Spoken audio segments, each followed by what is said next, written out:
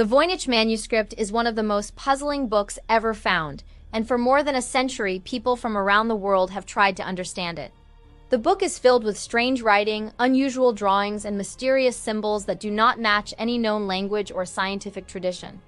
Because of this, the manuscript has become famous as the book no one can read. Its history, content, and purpose remain unsolved, and every attempt to decode it has failed. Still, the mystery continues to fascinate researchers because it raises deep questions about human knowledge, lost languages, secret codes, and the limits of understanding.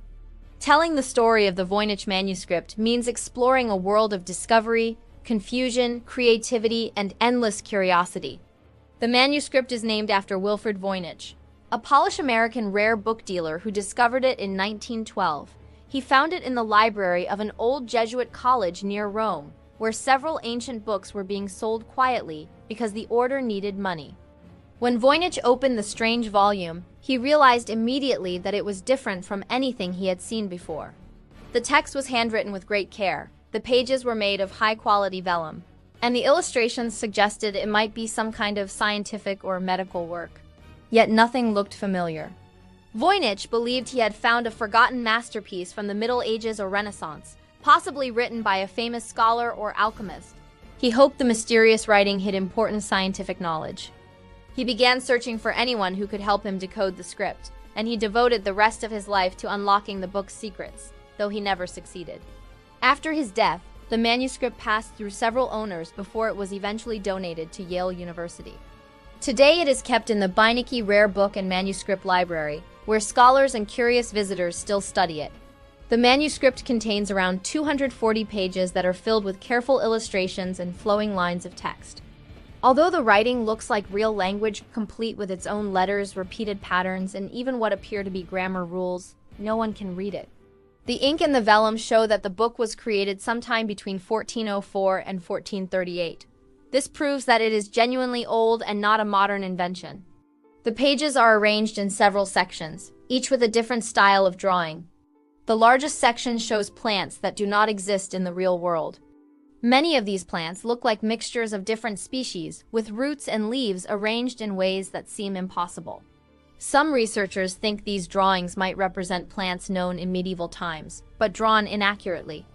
Others believe the illustrations are symbolic rather than realistic, or that they represent plants from some unknown part of the world. The strange appearance of these plants has made it impossible to identify them, which in turn makes it difficult to guess what the text might be describing. Another major part of the manuscript shows drawings of stars, moons, suns, and circular diagrams that look like astronomical charts. Some of these diagrams resemble medieval zodiac symbols, such as Pisces or Sagittarius, but they appear in unusual forms. Surrounding these zodiac-like images is the same mysterious writing, suggesting that the text may discuss the stars, the calendar, or astrology. There are also complex circular charts with many layers that resemble cosmological diagrams, which were often used in medieval Europe to show the structure of the universe. But because the writing cannot be read and the drawings do not match any known diagrams from that time, these pages remain unclear. The images suggest an attempt to describe the heavens, but the meaning behind them has never been fully interpreted. One of the strangest sections of the manuscript contains drawings of naked women bathing in green or blue pools. The women are sometimes connected by pipes or channels that carry liquid from one place to another. These scenes may represent medical treatments involving water, since bathing was once believed to heal the body. Some people think the pages might be related to women's health because the drawings focus heavily on the female body. Others suggest that the baths might symbolize something spiritual or alchemical rather than physical medicine. Whatever the intended meaning, the images are unusual and unlike anything else seen in medieval manuscripts. The fact that the text surrounding these drawings is unreadable makes it even harder to determine what the pictures represent. Toward the end of the manuscript, there are drawings of jars and containers that look similar to vessels used by medieval apothecaries, the early pharmacists who prepared medicines. Next to the jars are small drawings of plant pieces, roots, leaves, stems, as though the author was describing the preparation of medicines from plants. This part of the manuscript could represent a pharmacological guide or a recipe book for making herbal remedies. The final pages contain long passages of uninterrupted writing, with only small decorations in the margins. These pages might hold explanations of the earlier sections, instructions for making medicines, or summaries of the manuscript's main ideas. But since the writing cannot be understood, the true purpose of this long section is unknown. What makes the Voynich Manuscript especially mysterious is that the writing system does not match any known alphabet, language, or code. The script contains about 20 to 30 distinct characters, but their shapes are unique. They do not resemble Latin, Greek, Arabic, Cyrillic, or any other writing system from the medieval period. Yet the writing looks meaningful. The same characters appear in similar combinations throughout the book, and some characters appear more frequently than others, just like in real languages. The words seem to follow patterns, and the letter shapes flow smoothly across the page, indicating that the writer was comfortable using the script. All of this suggests that the text is not just random symbols, but a carefully designed system of writing. Because of this, many experts have tried to decode the manuscript. During World War II, experienced codebreakers from the United States and Britain examined it. These were people who had solved some of the hardest military codes in history, yet none of them could make progress. Modern cryptographers have used computers and advanced algorithms to analyze the patterns in the text.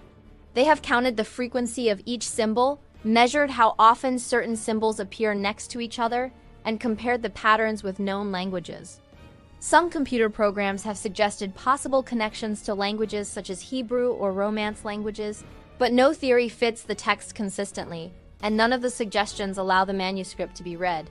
Linguists have tried to determine whether the script represents sounds, syllables, or something else entirely, but nothing has been proven. Historians have compared the drawings to known medieval practices involving plants, astronomy, and medicine, but the comparisons break down because the pictures are too unusual. The manuscript has inspired many theories. One popular idea is that it is a medical or herbal guide created by someone experimenting with new ways of recording plant knowledge. Medieval herbals often included drawings of plants and instructions for using them to treat illnesses. But because the plants in the Voynich manuscript do not look realistic, many experts doubt this idea. Another theory suggests that it is a manual about women's health and reproduction, since many illustrations involve women and baths. In the Middle Ages, information about women's bodies was often treated as secret or special, which might explain the strange alphabet. Still, there is not enough evidence to confirm this interpretation.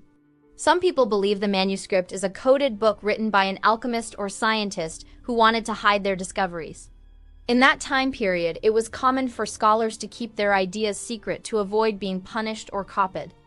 If the book is a cipher, then it may require a specific key to decode it, and if the key has been lost, the text may be impossible to read. Others think the manuscript might be written in an unknown language that no longer exists. It might represent the speech of a small community whose records never survived. Another possibility is that the writing system was invented by the author and does not correspond directly to any spoken language. Many constructed languages existed long before modern fantasy and science fiction writers created similar systems. A more skeptical theory is that the manuscript is an elaborate hoax designed to impress or deceive someone. Creating the book would have taken a huge amount of time and required expensive materials, so it would have been a very ambitious prank. Still, some believe a clever person might have created it to sell to a wealthy collector. However, this theory does not explain why the writing follows natural language patterns. If someone were trying to create meaningless text, they would likely repeat symbols randomly, but the Voynich text shows surprising structure. Modern scientific testing has provided only a few answers. Carbon dating shows that the pages were made in the early 15th century. The ink also appears to be old, likely from the same time period, which means the manuscript is not a modern forgery. Multispectral imaging has revealed faint corrections and erased marks, showing that the book was carefully written and edited, not created quickly. Statistical analysis of the text suggests that the writing behaves like a real language rather than a random set of symbols. These findings all point toward the manuscript being meaningful, but they do not reveal what that meaning is. The reason the Voynich manuscript continues to attract attention is not just because it is old or strange, but because it represents the idea that some knowledge may remain hidden despite our modern tools and intelligence. In an age where information is easily searchable online, The idea that a book from the 15th century can resist every attempt to understand it feels almost unbelievable. The manuscript challenges our assumptions about language, history, and the limits of human understanding. It shows that some mysteries remain beyond reach, at least for now. The manuscript has also inspired countless books, documentaries, theories, and online discussions. People are naturally drawn to a problem that no one has solved. The thought that anyone, even an ordinary reader, might someday notice the clue that everyone else has missed adds to the charm of the mystery. The manuscript invites curiosity and imagination. It makes people wonder what kind of person wrote it, why they chose such strange drawings, and what message they intended to hide within the pages. Perhaps one day a researcher will discover the key to understanding the text, or perhaps new technology will reveal patterns no one has noticed before. But it is also possible that the manuscript will never be solved. The author may have taken the secret to the grave, or the key to the code may be lost forever. If that is the case, the manuscript will remain exactly what it is now. A beautiful, baffling reminder that there are still things in the world we do not understand. In the end, the Voynich Manuscript stands as a symbol of human curiosity. It is a book filled with mystery, created long ago by someone with a purpose we can no longer grasp. Whether it holds scientific knowledge, personal thoughts, coded secrets, or pure imagination, it continues to capture the interest of people around the world. Even without being understood, it has become an important piece of cultural history because it challenges us to keep asking questions. It proves that not all puzzles must be solved to be meaningful. The mystery itself is what makes the Voynich Manuscript unforgettable.